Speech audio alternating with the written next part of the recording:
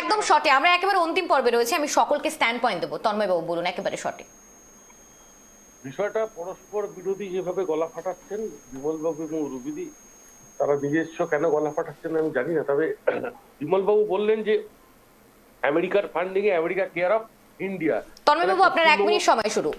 বলুন, এখন বলুন। হ্যাঁ, তাহলে কি পশ্চিমবঙ্গ ভারতবর্ষ অঙ্গরাজ্য হিসাবে কি ফ্র্যাঞ্চাইজি মডেল অফ আমেরিকা?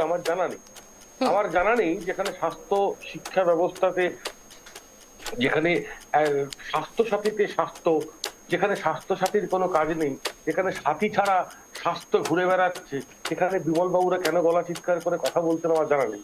যেখানে শুধু পশ্চিমবঙ্গ এখন নির্ভর করছে শুধু ভাতার, যেখানে চাকরি নেই, যেখানে জীবিকা নেই, যেখানে পরিযায়ী শ্রমিকদের প্রচুর অবস্থান আমরা দেখতে পাচ্ছি। যখন পরিযায়ী শ্রমিকরা যদি অন্য কোনো ক্ষেত্রে মারা যায় সেখানেও রাজনৈতিকরণ করা হচ্ছে।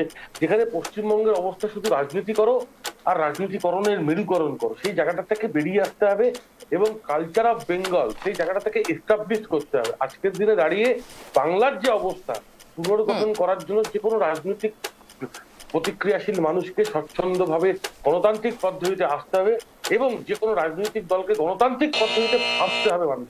বেশ।